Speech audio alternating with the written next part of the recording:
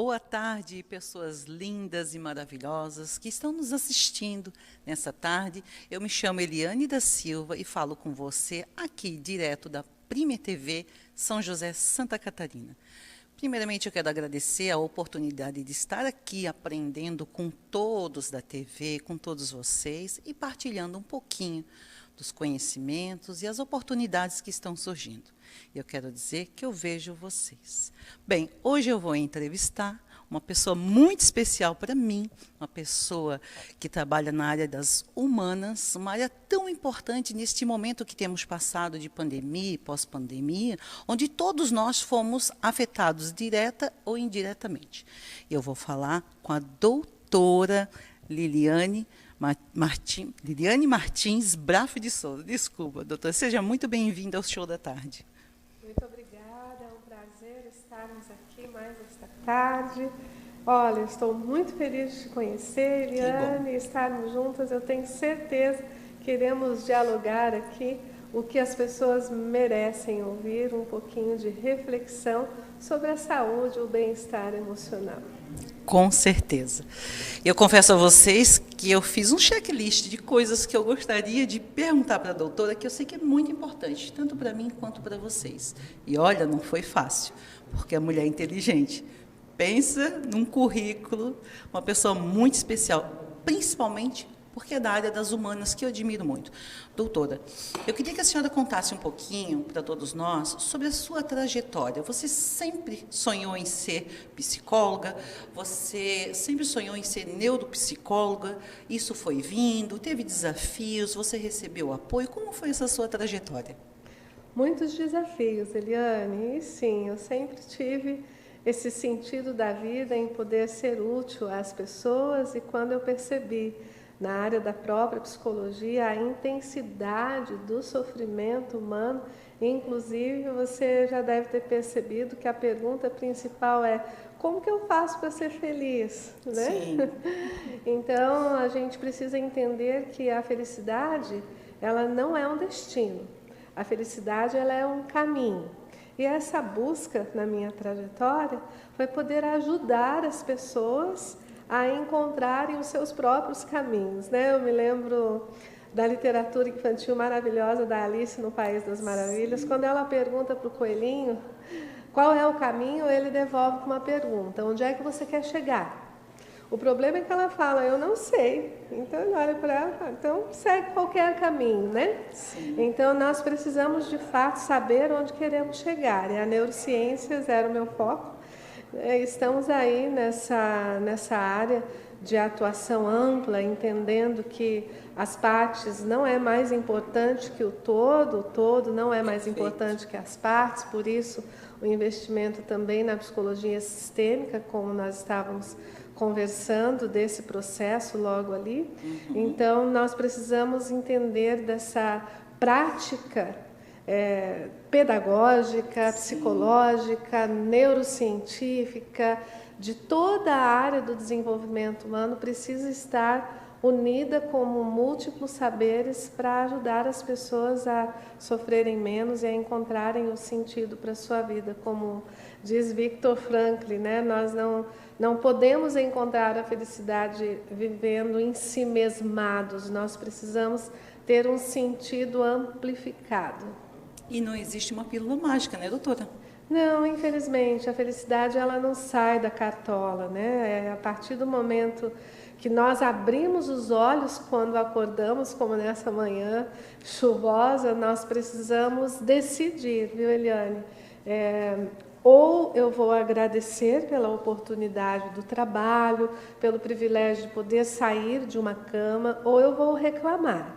E já começa por aí o sentido da felicidade, tá? Sim. Porque se eu escolho reclamar, eu vou estar ativando neurônios com cortisol e adrenalina, ligando uma cascata que vem imediatamente do meu hipocampo, porque identifica-se que eu estou em uma situação de ameaça para o meu bem-estar. Vai para a minha glândula suprarrenal, que manda um recadinho para o fígado, mais glicose, vai encher meus músculos de açúcar, me preparando para lutar, correr ou fugir, e algumas pessoas vão congelar, Então, veja só que interessante, a partir da minha decisão de agradecer ou de reclamar. Entretanto, se eu decido agradecer, olha que bênção, eu vou ter ativado a dose, né, que é o D de dopamina, O de ocitocina, S de serotonina, E de endorfina, ligado para eu poder ter o bem-estar para o meu dia. Aí eu vou lá para a cozinha tomar o desejum. Eu posso escolher, ou eu saio sem comer nada, achando que o meu corpo não precisa recarregar a energia. Eu não esqueço de recarregar o celular. Uma vez no dia pode ser o melhor do mundo, mas tem que recarregar. Mas o meu corpo, eu me dou o direito de escolher sair sem comer nada. Já saio meia boca, tá? Porque às vezes as pessoas não se dão por conta, eu não sinto fome. Não é sobre a fome, é sobre a necessidade do alimento, tá? Aí eu escolho lá um leite de castanhas, vamos pensar assim. Aí eu vou estar recebendo a proteína, o colesterol bom, a energia positiva, ok. Ah não, mas eu escolho aquele leite com açúcar mesmo ali, um achocolatado, aí eu vou estar escolhendo talvez inflamação das minhas células, vou estar escolhendo o entravamento do meu sistema digestório, dependendo do meu organismo, como que ele tem essa relação com o leite da vaca. Então, olha para você ver, parece coisas bobas, que escolhas que parecem que já estão automáticas. E sim, nós precisamos criar hábitos presenciais no nosso dia a dia, porque muitas vezes eu também posso escolher, olha só, eu posso escolher antes de ir trabalhar fazer uma caminhada de 20 minutos. Então eu estou escolhendo com isso, Eliane, ativar o meu sistema endocabinoide, que é um sistema executivo de controle imediato. Olha, atividade física, controle imediato da minha homeostase do corpo. Ou eu posso escolher, Eliane, ficar lá trocando mensagem do WhatsApp com notícias ruins, ativando aquele sistema de ameaça, onde eu vou descarregar toda aquela cascata que eu comentei agora e vou comprometer 30 minutos de coisas ruins que eu estou ali escrevendo, brigando, falando, eu posso estar comprometendo a minha memória, sobrecarregando o meu hipocampo. Compreende? Sim, compreendo. E pegando o gancho que nós entramos na área da alimentação, como eu já falei, essa doutora é muito especial da área da humanas, eu percebi a sensibilidade que ela tem em olhar para a alma das pessoas. Então, eu gostaria de pegar esse gancho que a senhora começou agora falando sobre alimentação. Eu li que a senhora tem um olhar específico para a obesidade infantil e de adolescente. Coisas que no mundo de hoje, esse olhar geralmente está voltado para o mundo adulto e para questões estéticas. Mas eu sei que é muito além de uma questão alimentar e genética. A senhora pode nos esclarecer por onde vai chegar o início dessa obesidade? Claro, querida, esse é o meu chão, né? Essa área, eu tenho muitas saudades aí da nossa querida professora doutora Clarissa, também a Ju, que agora está em Florianópolis, e a doutora Clarissa continua na Faculdade Federal de Porto Alegre, onde eu tive o privilégio de fazer parte do grupo de pesquisa lá em avaliação psicológica, tratando exclusivamente das pessoas com obesidade. E nós sabemos que a obesidade ela é uma doença crônica, né?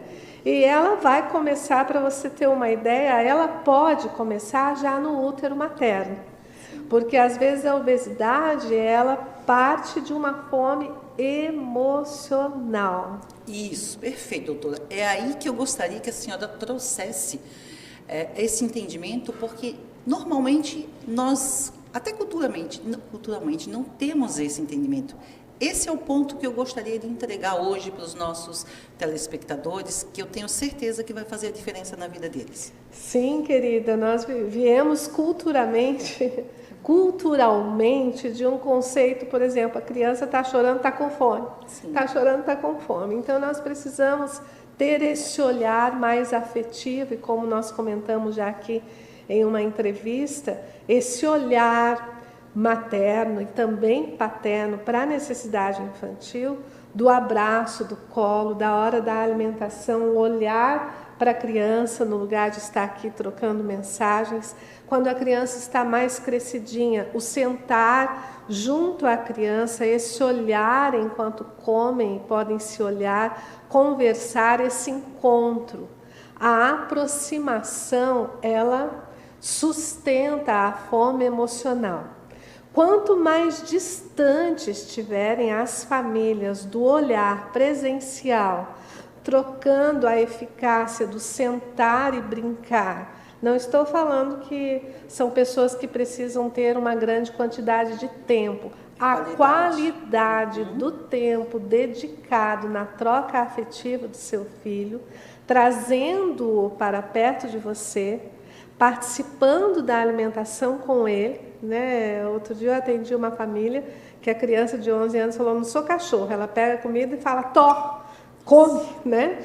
E então nós precisamos entender que a afetividade é essencial para travar o processo da obesidade, porque muitas vezes essa busca desenfreada, ela causa, sim, transtornos alimentares dentro de um comportamento alimentar para preencher lacunas que os olhares tão efetivos e necessários de um para o outro está de um para a tela, enquanto os outros estão ali por conta de si mesmos e eles não têm a maturação para entender a quantidade de comida. Não é come o que você quiser.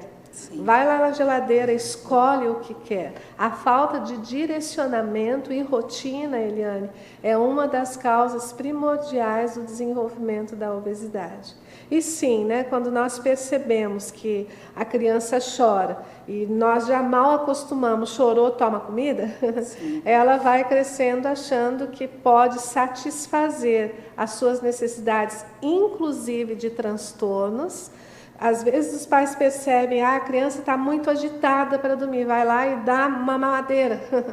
Vai ativar ainda mais essa agitação, ainda mais que, infelizmente, há o mau hábito de tudo colocar açúcar, o que pode incentivar transtornos de hiperatividade, de déficit, de acordo também com o ciclo do desenvolvimento da família, os costumes antes de dormir, vou ligar a TV antes de dormir, né? Então, essa falta de sentar e contar uma história, troca por um desenho, está ativando o cérebro a trabalhar e impedindo a chegada da melatonina, por exemplo. O sono irregular ou o sono não restaurador, induzido, ele também é uma das causas da exacerbação de busca do alimento, porque o cérebro não dormiu direito, ele não descansou, ele precisa de energia. E não somos plantinha para fazer energia de fotossíntese. Vai atrás da comida, né? Sem contar os transtornos diversos que, infelizmente, as pessoas parecem que têm uma aversão de procurar um tratamento. Sim. E acabam achando-se semideuses que são capazes de lidar com todas as demandas. E aí o corpo vai falando através das doenças, causando transtornos em algumas situações muito difíceis, porque ficam numa dimensão que já poderia ser evitada se lá nos primeiros processos infantil, por exemplo, é muito comum às vezes nós termos a tristeza de diagnosticar um adulto com uma psicopatia grave, que já estava percebido na sua primeira infância, mas ninguém teve a coragem de levar a um tratamento. Muito obrigada, doutora. Bom, eu falei, né? Precisaríamos de uma tarde inteira aqui, porque o assunto é maravilhoso. Doutor, muito obrigada por essa tarde maravilhosa. Queria que a senhora deixasse para a gente o contato, redes sociais, aonde as pessoas podem te encontrar para entender um pouco mais sobre essas dinâmicas, buscar tratamento, buscar mais orientações. Como é que eles fazem para encontrar você? Então, deixa aí o meu número, é 4898-801-6274. Infelizmente, o tempo não tem me permitido alimentar muito Instagram, YouTube, mas quando eu consigo é Liliane Braff, neuropsicóloga. Isso, perfeito. Muito obrigada pela tarde maravilhosa. E ficamos por aqui, então, com gostinho de quero mais. Até o próximo intervalo.